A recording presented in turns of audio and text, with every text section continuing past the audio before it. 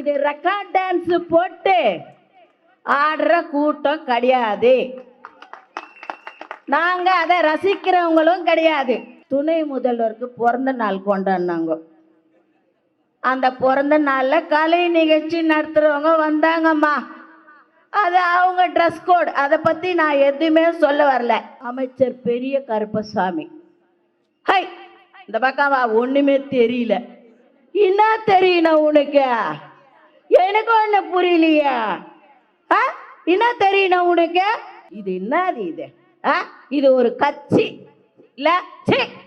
வெக்கமா இல்ல உங்களுக்கு? காலம் போன காலத்துல, சங்கு ஊதுற காலத்துல ஒன்னும் தெரியலன்ற வெக்கமா இல்ல? சொன்னீங்க சொன்னீங்க சொன்னதையா செஞ்சீங்க, விடியும் விடிய விடியாம போனீங்க.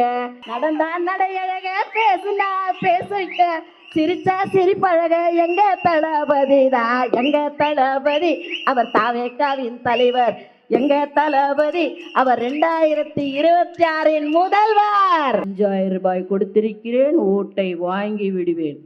ஒன்னும் வாங்க முடியாது, கொடுக்கறதெல்லாம் வாங்கிக்குவோம், ஓட்டு விசிலுக்கு தான் போடுவோம்.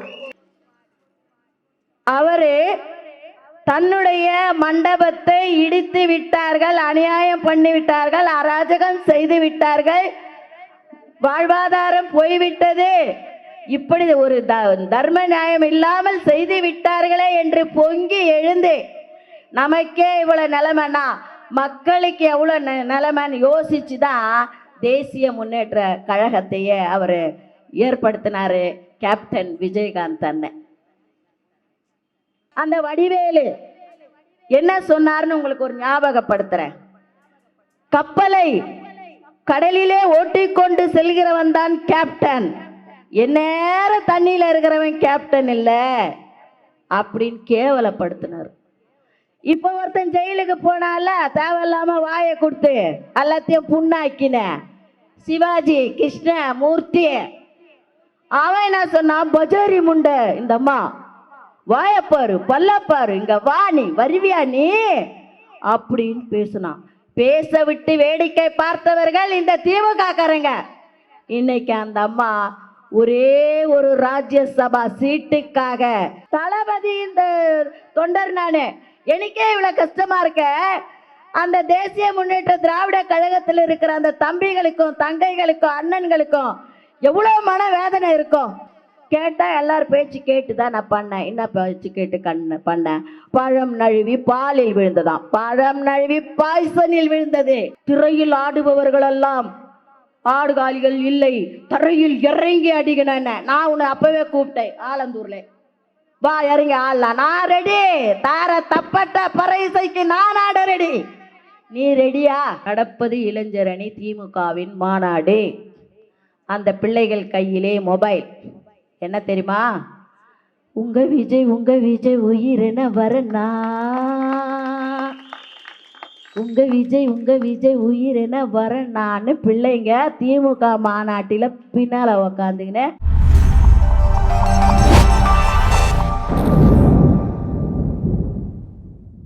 மக்கள் விரும்பும் முதல்வர் வேட்பாளர் யார்? தளபதி, தளபதி, தளபதி. அவரின் ஆணைக்கிணங்க நம்முடைய அரசியல் ஆசான் அருமை அண்ணன் மாநிலத்தின் பொதுச் செயலாளர் ஆனந்த் அவர்களின் உரிமைப்படி இங்கே திருமுனை கூட்டத்தை தலைமை தாங்கி நடத்தி கொண்டிருக்கும் சென்னை புறநகர் மாவட்டத்தின் வருங்கால மந்திரி, அதான் நான் சொல்வேன், நான் நல்லதுதான் நினைக்கணும், நல்லது நினைச்சா நல்லது நடக்க போகுது. அண்ணன் ஈசிஆர் சரவணன் அவர்களையும், இந்த கூட்டத்தை நடத்தி கொண்டிருக்கும் அருமை சகோதரன் கோபிமுத்து அவர்களையும், சிறப்பு விருந்தினராக வந்திருக்கும் அருமை சகோதரர் தேசிய செய்தி தொடர்பாளர் அண்ணன் சத்யா அவர்களையும்,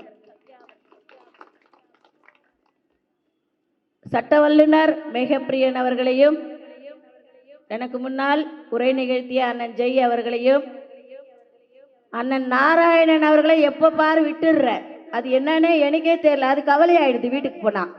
ஏன்னா அண்ணன் கூடவே இருக்க தொட்டு அதை விட்டுறேன்னா என்னன்னு தெரியல. அண்ணன் நாராயணன் அவர்களையும், பெண்கள் இந்த நாட்டின் கண்கள் என்னும் விதமாக தொடர்ந்து தமிழக வெற்றி கழகத்திலே பயணம் செய்து கொண்டிருக்கும் அருமை சகோதரி பிரேமா அவர்களே, மகாலட்சுமி அவர்களே, மட்டுமல்ல இந்த பகுதியில் இருக்கின்ற வேலு நாச்சியார்களே, அஞ்சலை அம்மாக்களே, தளபதியின் நெஞ்சில் குடியிருக்கும் என் சொந்தங்களே, உங்கள் அனைவரையும் வணங்குவது வடசென்னை வடக்கு மாவட்டத்தின் செயற்குழு உறுப்பினர் தேவகி.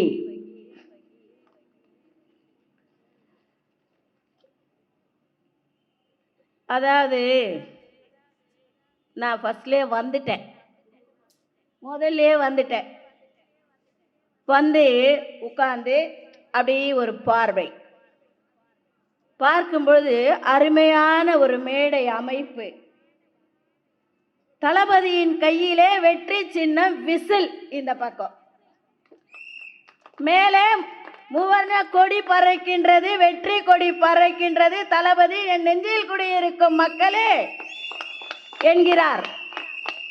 மக்களின் கோரிக்கைகளை கேட்கின்றார். அடுத்த படம் கோரிக்கைகள் நிறைவேற்றப்படுகின்றது, கையெழுத்திடுகின்றார். இதுதான் தாவேகா. கொள்கை பாடல், கொள்கை தலைவர்களுக்கு மரியாதை, உறுதிமொழி, வந்திருக்கிறவர்களுக்கு வரவேற்பு. இதை கொடுத்துட்டு தான் தாவேகா தன்னுடைய கூட்டத்தை கண்ணியமாக நடத்தும். இது ரெக்கார்ட் டான்ஸ் போட்டு ஆடுற கூட்டம் கிடையாது. நாங்க அதை ரசிக்கிறவங்களும் கிடையாது. ஏன்னா அருமை சகோதரர்கள், இளைஞர்கள், வெளிநாச்சியாருக்கு துணையாக இருந்த மருது சகோதரர்கள், அவர்களுக்கு வெற்றி மட்டும்தான் இப்பொழுது கனவு. பெண்கள் மட்டும் கேட்க வேண்டுமா? படையின் முக்கிய அணியை விசில செவுல்ல ஊதி ஊதி ஊதி வெற்றியை வாங்கி தருகின்ற இனம் அல்லவா? இதுதான் எங்க கூட்டம். சமீபத்தில் துணை முதல்வருக்கு பிறந்த நாள் கொண்டாடினாங்க. அந்த பிறந்த நாளில் கலை நிகழ்ச்சி நடத்துகிறவங்க வந்தாங்கம்மா. அது அவங்க ட்ரெஸ் கோட், அதை பற்றி நான் எதுவுமே சொல்ல வரல. அவங்க பாட்டை ப்ளே பண்ணி ஆடுறாங்க. சித்தாட கத்திக்கிட்டு சிங்காரம் பண்ணிக்கிட்டு மத்தாப்பு சுந்தரி ஒருத்தி மயிலாட வந்தாளா, அத்தானை பார்த்து அசைஞ்சு அசைஞ்சு நின்னாலான்னு ஆடினாங்க. இந்த கீழே ஒருத்தர் உட்கார்ந்து இருந்தாருமா. நம்ம அண்ணன் தம்பிகள்லாம் கூட தான் கீழே உட்காடுறாங்க, மேலே உட்காடுறாங்க. அமைச்சர் பெரிய கருப்பசாமி. ஹை, இந்த பக்கம் ஒண்ணுமே தெரியல. என்ன தெரியணும் உனக்கு? எனக்கு ஒண்ணு புரியலையா? என்ன தெரியணும் உனக்கு? அதுங்க பாவம் வயிற்று பிழப்புக்காக தானே அதை நடத்துறாங்க. சரின்னு இறங்கி போச்சுங்க. சொல்லுங்க ஐயா, காசு கூட கொடுக்குறோம், ஆடு. என்னையா ஆடணும்? சிலுக்கி சிலுக்கி வந்தா சீனத்தன டோய், சிலுக்கி சிலுக்கி மக காணா போனா டோய். இது என்னது இது? இது ஒரு கட்சி இல்ல?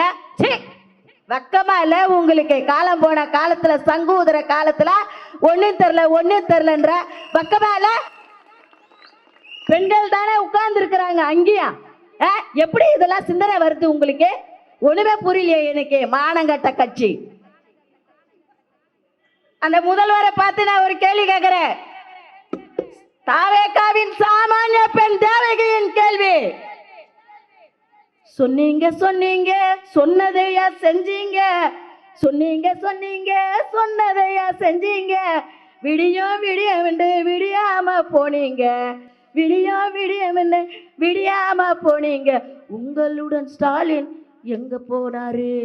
உங்களுடன் ஸ்டாலின் எங்க போனாரு?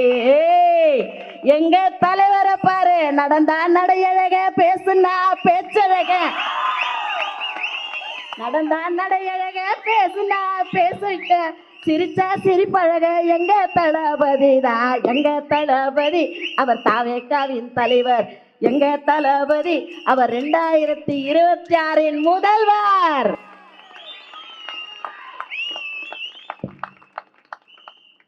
கொஞ்ச நாளைக்கு முன்னாடி மகளிர் உரிமை திட்டம் 3 மாசத்துக்கு சேர்த்து கொடுத்துட்டு எப்பவுமே இல்லாம 2026 தான் வெயில் வந்துச்சான். ஆமாவா? ஆமாவா? 26 தான் வெயில் வந்துதா? இதுக்கு முன்னாடிலாம் வெயில் அடிக்கலையோ? ஒரு 2000 ரூபாய் சேர்த்து கொடுத்துட்டு அதை வேற 5000 ரூபாய் கொடுத்திருக்கிறேன், ஓட்டை வாங்கி விடுவேன். ஒன்றும் வாங்க முடியாது. கொடுக்கறதெல்லாம் வாங்கிக்குவோம், ஓட்டு விசிலுக்கு தான் போடுவோம். கொடுக்கறதெல்லாம் வாங்கிக்குவோம், ஓட்டை விசிலுக்கு தான் போடுவோம். ஏன்னா மக்களுடைய வரி பணம். அதுல வேறையம்மா தகுதி வாய்ந்த மகளிரா. என்னம்மா தகுதி? சுடிதார் போட்டிருந்தாவா? இல்ல புடவை கட்டியிருந்தாளா? இல்ல ஃப்ராக் போட்டிருந்தாளா? இல்ல ஃப்ரீ ஏர் விட்டுருந்தாளா? மேக்கப் போட்டிருந்தா குடிப்பியோ? அடுத்த மீட்டிங் நான் மேக்கப் போட வரேன். ஏன்னா எனக்கு கொடுக்கவே இல்லை. எப்பவுமே எதுவுமே எனக்கு கிடைக்காது. என் மூஞ்சி அப்படியே பிளாக் லிஸ்ட்ல வச்சுட்டான் போலகுது. எதுவுமே எனக்கு கிடைக்க மாட்டேது. நானே போய் கேட்கறது இல்லைன்னு வச்சுக்கோங்க.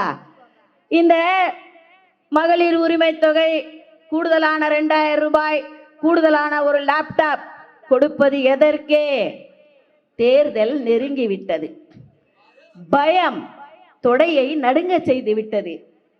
அதனால கொடுக்குறாங்க. இதெல்லாம் கொடுத்து நம்ம இதெல்லாம் வாங்கிடலாம் அப்படின்னு சொல்லிட்டு கொடுத்துக்கிட்டே இருப்பாங்க. அடுத்து கூட எலெக்ஷன் டேட் டிக்ளேர் பண்றதுக்கு முன்னாடி கூட இன்னும் கூட கொடுப்பாங்க.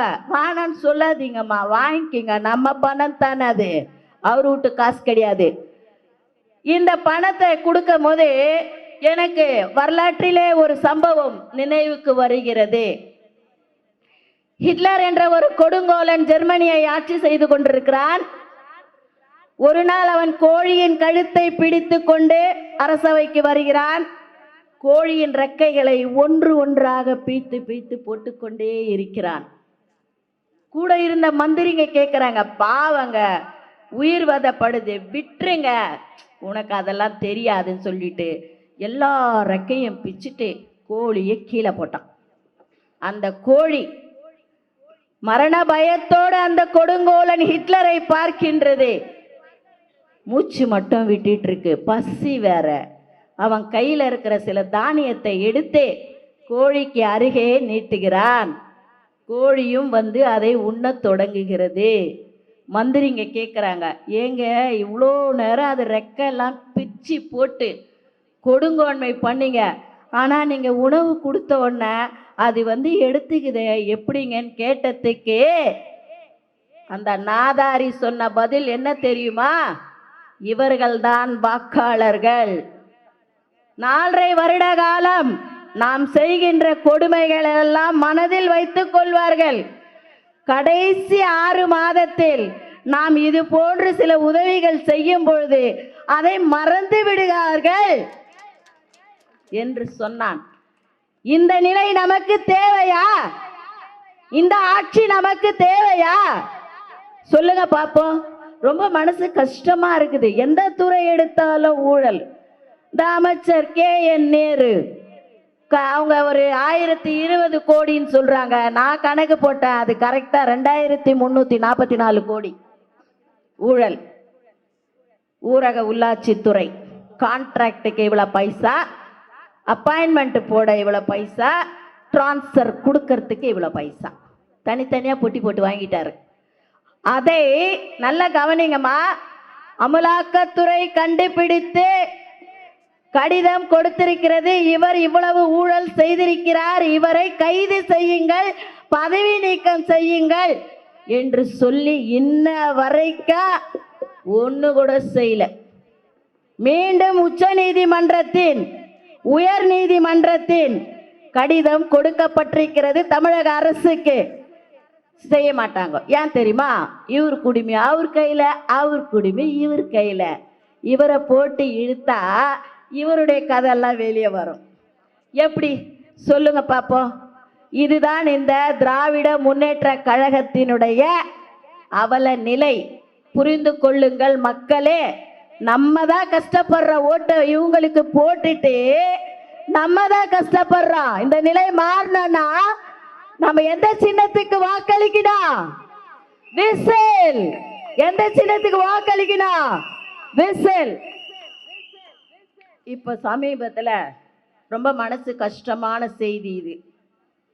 ஏன்னா நானும் ஒரு விஜயகாந்த் ரசிகையாக இருந்தவள். நீ பொட்டு வச்ச தங்க கூட ஊருக்கு நீ மகுடம் அப்படின்னு நானும் கூட பாடி இருக்கிறேன். அவரு தன்னுடைய மண்டபத்தை இடித்து விட்டார்கள், அநியாயம் பண்ணி விட்டார்கள், அராஜகம் செய்து விட்டார்கள், வாழ்வாதாரம் போய்விட்டது, இப்படி ஒரு தர்ம நியாயம் இல்லாமல் செய்து விட்டார்களே என்று பொங்கி எழுந்து நமக்கே இவ்வளவு நிலைமைன்னா மக்களுக்கு எவ்வளவு நிலைமைன்னு யோசிச்சுதான் தேசிய முன்னேற்ற கழகத்தையே அவர் ஏற்படுத்தினாரு கேப்டன் விஜயகாந்த் அண்ணன். வாழ்நாள் முழுமைக்குமே அவர் இந்த தீய சக்தி கருணாநிதியை செம்மையா வச்சு வாங்கினவர். அவர் உயிரோடு இருக்கும் பொழுது இந்த வாடகை வாய்களான அந்த வடிவேலு என்ன சொன்னார்னு உங்களுக்கு ஒரு ஞாபகப்படுத்துறேன். கப்பலை கடலிலே ஓட்டிக்கொண்டு செல்கிறவன் தான் கேப்டன், எந்நேர தண்ணியில இருக்கிறவன் கேப்டன் இல்ல அப்படின்னு கேவலப்படுத்தினார். இப்ப ஒருத்தன் ஜெயிலுக்கு போனால தேவையில்லாம வாயை கொடுத்து எல்லாத்தையும் புண்ணாக்கின சிவாஜி கிருஷ்ண மூர்த்தி, அவன் என்ன சொன்னான்? பஜாரி முண்டை இந்த அம்மா வாயப்பாரு பல்லப்பாரு, இங்க வா நீ வருவியா நீ அப்படின்னு பேசினான். பேச விட்டு வேடிக்கை பார்த்தவர்கள் இந்த திமுக காரங்க. இன்னைக்கு அந்த அம்மா ஒரே ஒரு ராஜ்யசபா சீட்டுக்காக தன்னுடைய கொள்கை கோட்பாடு கேப்டனுடைய நம்பிக்கை சிந்தனை அனைத்தையும் அறிவாலயத்திலே அடக வைத்து விட்டார்கள். மனசு ரொம்ப கஷ்டமா இருக்குது. எனக்கே இப்படி இருக்கு. நான் தாவேக்கா தளபதி இந்த தொண்டர் நானு, எனக்கே இவ்வளவு கஷ்டமா இருக்க. அந்த தேசிய முன்னேற்ற திராவிட கழகத்தில் இருக்கிற அந்த தம்பிகளுக்கும் தங்கைகளுக்கும் அண்ணன்களுக்கும் எவ்வளவு மன வேதனை இருக்கும். கேட்டா எல்லாரும் பேச்சு கேட்டுதான் நான் பண்ணேன். என்ன பேச்சு கேட்டு பண்ணேன்? பழம் நழுவி பாலில் விழுந்ததாம். பழம் நழுவி பாய்சனில் விழுந்தது. பழம் நழுவி பாய்சனில் விழுந்தது. உபயோகமே படுத்த முடியாது. அவ்வளவுதான். உன் வரலாறு காலி அம்மா சகோதரி, உன் வரலாறு காலி. இனி அந்த ஓட்டெல்லாம் கேப்டன் ஓட்டெல்லாம் எங்க தளபதிக்கு தான் வரப்போகுது. எங்க தளபதிக்கு தான் வரப்போகுது. முடிவு பண்ணிட்டாங்க. ஏன்னா இந்த துரோகத்தை, கேப்டனுக்கு செய்த துரோகத்தை நீங்கள் மறந்திருக்கலாம். உண்மை விஜயகாந்தின் தொண்டர்கள் மறைக்கவே மாட்டாங்க. உங்களுக்கு பதிலடி கொடுப்பாங்க. எங்க நீங்க சீட்டு வாங்கினாலும் ஜீரோ தான். நீங்க ஜீரோ. அவ்வளவு மனசு கஷ்டமா இருக்கு. நம்ம அடிக்கடி நம்ம தம்பி தங்கச்சிங்கெல்லாம் நம்மளை இப்படிலாம் சொல்றாங்க அப்படிலாம் சொல்றாங்கன்னு வருத்தப்படுறீங்க. அதுக்கு ஒரு நிகழ்வு சொல்றேன். ஒருத்தன் இருந்தான், கடவுள்கிட்ட ஒரு வரம் கேட்டான். என்ன வேணும்னு கேட்டாரு. மற்றவர் என்ன என்னை பத்தி நினைக்கிறாங்கன்னு நான் தெரிஞ்சுக்கணும் அப்படின்னு சொன்னான். தந்தேன் வரம். உக்காந்தான். ஒருத்தன் போனான். இவனை பார்த்தா திருட மாதிரி இருக்குது, இவனை பார்த்தா குடிகாரம் மாதிரி இருக்குது, இவனை பார்த்தா சோம்பேறி மாதிரி இருக்குதுன்னு ஒவ்வொருத்தனும் ஒன்று ஒன்றா நினச்சின்னு போனாங்க. மனசு கஷ்டமாயிடுச்சு. கடவுளே, எனக்கு இந்த வரமே வேண்டாம், மற்றவர்களின் மனதை அறியக்கூடிய இந்த வரம் வேண்டாம், நான் என்ன செய்வது? நீ உன் பாதையை, பார்வைகள் பலவிதம், உன் பார்வையை நீ செப்பனிட்டு கொண்டு சென்று கொண்டே இரு, வெற்றி உனக்கு, வெற்றி உனக்கு என்று சொன்னார். அதனால தம்பிங்களே தங்கச்சிங்களே, அவன் இதை சொன்னான் இவன் அதை சொன்னான் அதெல்லாம் காதுலே வாங்காதே. தலைவர் என்ன சொன்னாரு? உசுப்பேத்துறவங்க கிட்ட உம்முனரு, கடுப்பேத்துறவங்க கிட்ட கமனரு, வாழ்க்கை ஜம்முன்னு இருக்கும் சொன்னாரு. சொன்னாரா இல்லையா? அத ஃபாலோ பண்ணுங்க. சரியா? 2 நாளைக்கு முன்னாடி கட்டப்பாவின் மகள் திவ்யா சத்யராஜ், கட்டப்பாவின் மகள் திவ்யா சத்யராஜ், நல்லா இவ்வளோ பெருசு இருக்கும் முகம், மட்டுமே இவ்வளோ பெருசு இருக்கும், எனக்கெல்லாம் குட்டையாதான். அந்த அம்மா சொல்லுது, 3 நாட்களுக்குள் தளபதியுடன் போட்டோ எடுத்து தளபதியின் தொண்டர்கள் என் இன்ஸ்டாவுக்கு அனுப்புங்கள். நாங்க ஏண்டி உனக்கு அனுப்புனோம்? என்னடி இது? ஏன் தளபதி போற பஸ்ஸை போட்டோ எடுத்து வச்சுப்போம், அவர் போற வழியில இருக்கிற பேனர் எல்லாம் போட்டோ எடுத்து வச்சுப்போம், வாய்ப்பு கிடைத்தா அவர் கூட நின்று ஒரு போட்டோ எடுத்துப்போம், நாங்க வச்சுப்போம், அது எங்களுக்கு பெருமை. நான் ஏண்டி எடுத்து உனக்கு அனுப்புனா இன்ஸ்டால? உனக்கு ஆசையா இருந்தா நீவா போட்டோ எடுத்துக்கோ. இந்த பக்கத்து ஏழைக்கு பாயச கதைலாம் வேணாண்டி திவ்யா. திவ்யா, பக்கத்து ஏழைக்கு பாயசம்னு ஒரு கதை இருக்குது. இவனுக்கு ஓணும் பாயசம், பக்கத்து ஏழைக்கு போடு பண்ணுவானா. ஏய், உனக்கு ஓணுன்னா வாங்கிக்கடா அப்படின்னு சொல்லுவாங்க. அது மாதிரி இந்த அம்மாவுக்கு நம்ம தளபதி கூட போட்டோ வேணும். அதை சொல்ல முடியல. ஏன்னா இருக்கிற இடம் கோபாலபுரம். கோபாலபுரத்துல இருந்துகிட்டு எனக்கு போட்டு அனுப்புனா நீ அங்க என்ன கதி ஆவ? நீ கிளம்பி வா தாவே காக்கு. ஒரு போட்டோ நான் 9 போட்டோ உனக்கு நான் எடுத்து அனுப்புறேன். கிளம்பி வாடி அம்மா. ஆத்தா கிளம்பி வா. அன்னைக்கு அப்படிதான் சொல்றேன். திரையில் ஆடுபவர்கள் எல்லாம் ஆடுகாலிகள் இல்லை, தரையில் இறங்கி அடிக்கணும். நான் உன்னை அப்பவே கூப்பிட்டேன் ஆலந்தூர்ல. வா இறங்கி ஆடலாம். நான் ரெடி. தார தப்பட்ட பறைசைக்கு நான் ஆட ரெடி. நீ ரெடியா? என்ன நினச்சின்னு இருக்குது இந்த பொண்ணுன்னு எனக்கு ஒன்றுமே புரியல. அதுக்கு ஏதோ எழுதி கொடுத்து அது பாட்டு படிச்சு பேசிட்டு போயினுக்குது. அப்புறம் என்ன சொல்லுது, நான் மேனிஃபெஸ்டோ தேர்தல் அறிக்கை என்னன்னு கேட்டேன், பார்த்துட்டு சொல்றேன்னு சொன்னார் அப்படின்னு. அப்படிதான் பேசுவோம் அந்த அம்மா. பாருங்க, தலைவர்கிட்ட சொல்லியிருக்காங்க தேர்தல் அறிக்கை சொல்லுங்க, சொல்றேன்னு இருக்காங்க. மக்களின் எண்ணம் தானே மாற்றத்தின் அறிக்கை. அதுதானே தாவேகாவின் தேர்தல் அறிக்கை.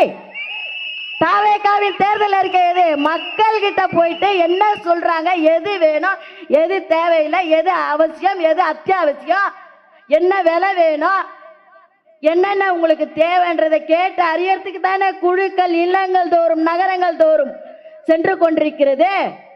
நான் கூட தான் போறேன். அதுக்கு தானே வீட்டுக்கு வீடு, வீதிக்கு வீதி, ஊருக்கு ஊர் மக்கள் விரும்பும் முதல் வேட்பாளர் தலைவர் தளபதி. உனக்கு என்ன அவ்வளோ அவசரம்? எங்க தேர்தல் அறிக்கை உனக்கு எதுக்கு? உன் தேர்தல் அறிக்கை டுபாக்கோர். நாங்க கரெக்டா சொல்லுவோம். 4 சொன்னாலும் நச்சுன்னு சொல்லுவோம், கரெக்டா சொல்லுவோம், கரெக்டா நடத்துவோம். உனக்கு என்ன அவசரம்? அதுக்கு அந்த அம்மா ஒரு எக்ஸாம்பிள் சொல்றாங்க. ஒரு டாக்டர் கிட்ட உடம்பு சரியில்லாம போனோம். போன உடனே டாக்டர் செக் பண்ணி பார்த்துட்டு உன் உடம்புக்கான ஊசி என்னன்னு தெரியல, படிச்சுட்டு வரேன்னு சொன்னாராம். என்னடி இது? அப்ப டுபாக ஒரு டாக்டரா? நீ போனது டுபாக ஒரு டாக்டர். இங்க எல்லாமே ஒரிஜினலு. இங்க எல்லாம் ஒரிஜினலு. நீயே டுபாகோரு, உன் டாக்டர் டுபாகோரு. ஏன்னா நீங்க கிட்னிலேருந்து சட்னிலேருந்து எல்லாத்தையும் திருடி விற்கிறவங்க. ஆஸ்பத்திரியில் கஞ்சா வளர்ப்பீங்க, ஆஸ்பத்திரியில் எவனா பார்க்க வந்தானா அவனை வெட்டி போட்டுருவீங்க, குழந்தைய கடத்துவீங்க, கும்மால அடிப்பீங்க. இந்த அம்மா இப்படிலாம் சொல்றாங்க. அப்புறம் என்ன சொல்றாங்க, ஒரு 10 பேரை உங்கள் தலைவர் பேப்பர் பார்க்காமல் சொல்ல முடியுமா? உனக்கு என்னத்துக்கு அந்த கதை? 10 பேர் சொல்றாரு, 100 பேர். என் தலைவன் சிந்தனையிலேயே இருக்கின்றாயே, உன் தலைவன் என்ன ஆனார்? என் தலைவன் சிந்தனையில் நீ இருக்கையில் உன் தலைவன் என்ன ஆனார்? வேண்டாம், விளையாட்டு வேண்டாம். தேவையில்லாமல் வார்த்தைகளை வாங்கி கொண்டு கட்டிக்கொண்டு என்னை போன்ற தேவகி அக்காக்கள் நிறைய பேர் இருக்காங்க. இதை விட நல்லாவே பேசுறவங்க கூட இருக்கிறாங்க. நான் சபை நாகரிகம் கருதி சிலதை மழுப்பலாக பேசுகிறேன். எனக்கென்று ஒரு கட்டுப்பாடு இருக்கிறது. இதைத்தான் பேச வேண்டும், இதை பேசக்கூடாது சகோதரி என்று என்னுடைய கழகத்தின் துணை பொதுச் செயலாளர் ராஜ்மோகன் அண்ணன் எனக்கு கற்றுக் கொடுத்திருக்கிறார். நானும் கச கச கச கசன்னு பேசினவுதான். ஆனா இப்ப என்னால பேச முடியல, வேற வழியில். அண்ணன் வேற தேசிய செய்தி தொடர்பாளர். நான் எதையாவது பேசி அண்ணா அங்க போட்டு விட்டாருன்னா சீட்டு கிஞ்சிச்சு. எனக்கு தேவையாது சொல்லுங்க பாப்போம். எனக்கு தேவையில்லை. சமீபத்தில் ஒரு இளைஞர் மாநாடு பார்த்தீங்களாண்ணா? இளைஞர் மாதிரி, இளைஞரே கிடையாது, இளைஞர் மாதிரி எல்லாம் வரிசையாக உட்காந்துருக்கு. கடைசியில் 10லேருந்து 15 வயசு பசங்க நடப்பது இளைஞர் அணி திமுகவின் மாநாடு. அந்த பிள்ளைகள் கையிலே மொபைல். என்ன தெரியுமா? உங்க விஜய் உயிரென வரனா, உங்க விஜய் உயிரென வரனான்னு பிள்ளைங்க திமுக மாநாட்டில் பின்னால் உக்காந்துக்கின்னு பார்த்துக்கிட்டு இருக்குங்க. நடுவில் இருக்கிற என் அண்ணன் தம்பிங்க லேசான ஒரு கிறக்கத்தில் இருக்கிறார்கள், ஒரு மயக்கத்தில் இருக்கிறார்கள். முதல்ல உட்காந்துருந்தாரு பாருங்க, அந்த கேமரா முன்னாடி உட்காந்துருக்காரு பாருங்க அண்ணன், அவர் அளவில் இருப்பாங்க. அவங்க கையிலலாம் ஒரு பை கொடுத்தாங்கம்மா. Puffs, chips, water bottle, juice, அப்புறம் ஒரு மேட்ரு. அது என்னன்னு பார்த்தா குவாட்ரான். இவங்களுக்கு விடியல் அரசு கொடுத்திருக்கிறதே பூஸ்ட் குவார்ட்டர். இதெல்லாம் அந்த அண்ணனுங்க பார்த்துட்டு அந்த மேடையில் என்ன கொள்கைகள் சொன்னார்கள், என்ன கோட்பாடுகள் சொன்னார்கள், என்ன திட்டங்கள் சொன்னார்கள் என்பதெல்லாம் ஒன்றுமே காதில் ஏறல. கொண்டு அந்த பாய்கிட்ட பிரிச்சுட்டாங்க.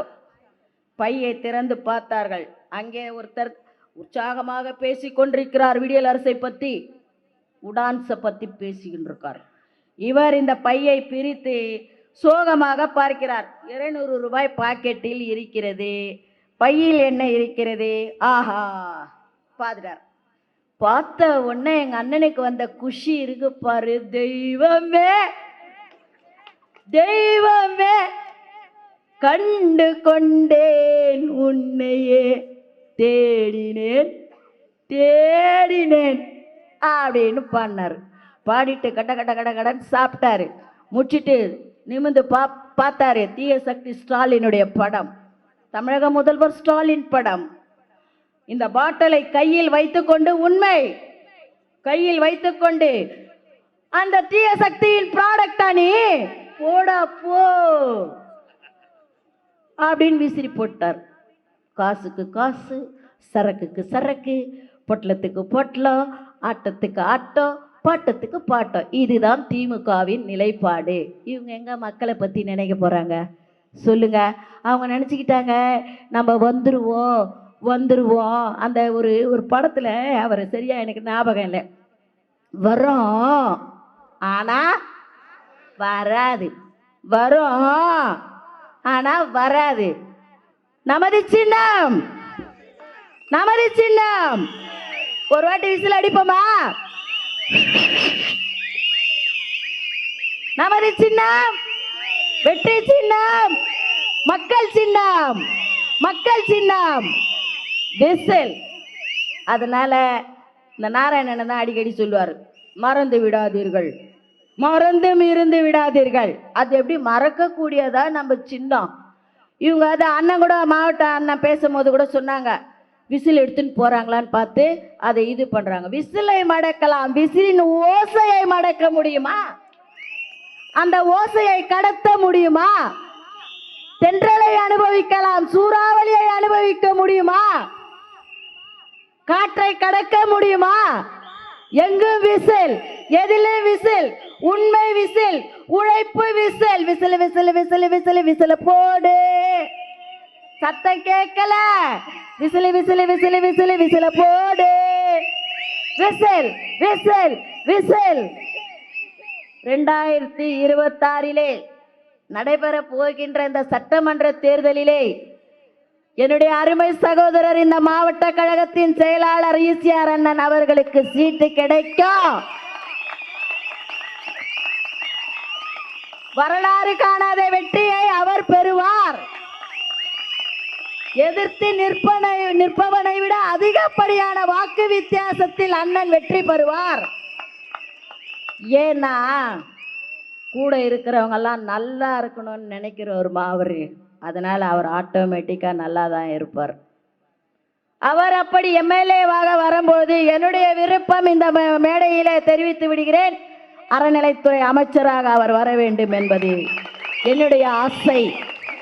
ஏன்னா அண்ணனுக்கு ஆன்மீகத்தில் அதிக பற்று நான் பார்த்திருக்கிறேன்.